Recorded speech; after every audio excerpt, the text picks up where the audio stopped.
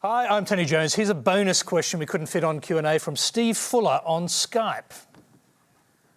Hi, thanks, Tony. This question's to Sarah. 4 months ago, I spent many hours completing Centrelink's online age pension claim. I had to upload about 100 documents during the process. I thought I could handle using their online tool because I worked for Centrelink for 25 years processing claims. I waited and then received a letter saying that my claim had been rejected because I hadn't replied to a letter. But they hadn't sent me any letters apart from that one. I called and they confirmed they haven't sent me any other letters. Apparently, the problem is that I did not upload some of the documents correctly. I asked if they could send me a letter explaining what documents I needed to provide so that I could take them in. But they point blank refused to do this. They insist that I go online, work out what I've done wrong and fix it myself. But I haven't been able to work out how to do that. I've been out of the system for 10 years and it's too bloody hard. All I want is a letter telling me what to do, but Centrelink refuses. So, no letters, no answers and no pension. I feel trapped, depressed and powerless. My question is this system deliberately set up to stop people receiving the pension? Is this the government's latest money-saving strategy, or do we need a royal commission into Centrelink?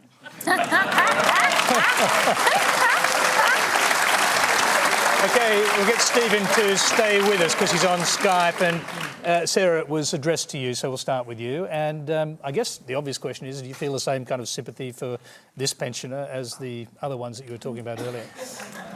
Absolutely.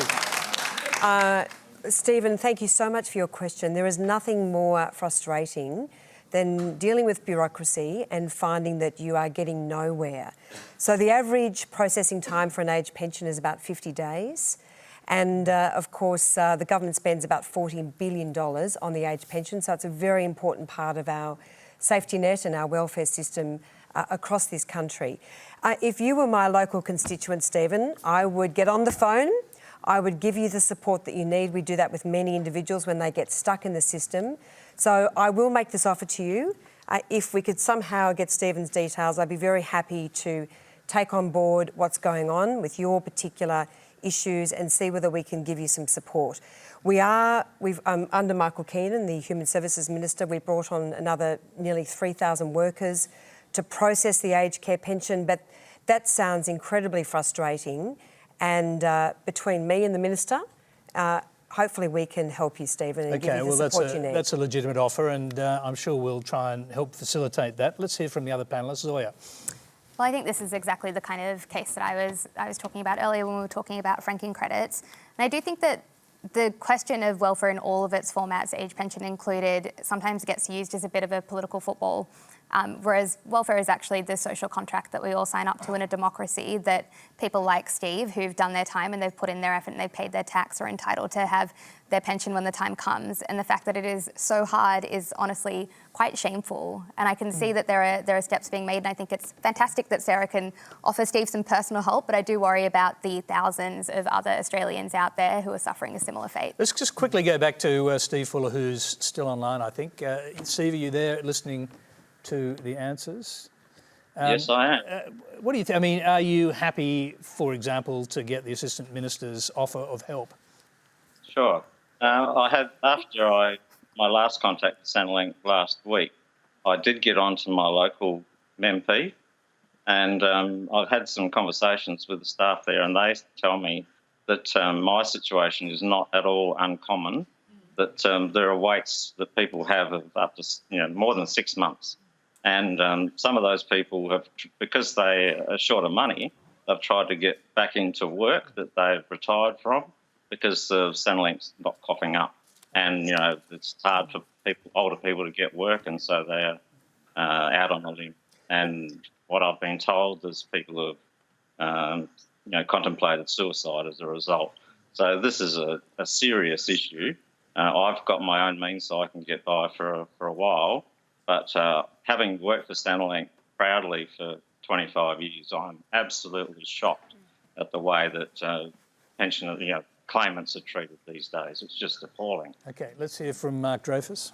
Well, these delays in Centrelink are the direct result of the government's cuts over the last 2 years, the Liberal government has cut 2,500 Centrelink jobs.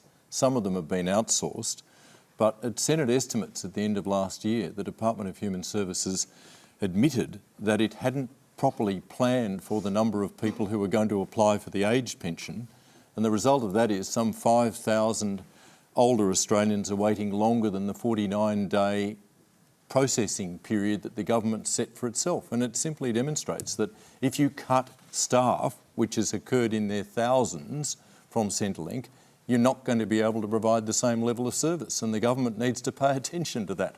And I'm really sorry that Steve is waiting in the way that he is being made to wait, along with thousands of other Australians, for proper service. But it's a direct result of cutting staff. That's what's happened. Okay, Stephen Mayne, I'll give a final comment to you.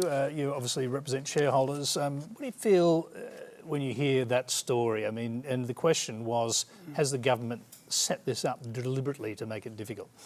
Well, I think it's like trying to unsubscribe from an online gambling operation. They make it incredibly hard, and it's very frustrating. I mean, our family on my wife's side, we've had a very frustrating time dealing with the Canberra bureaucrats on bonds into nursing homes and aged care and all that sort of stuff. So I think it's quite common.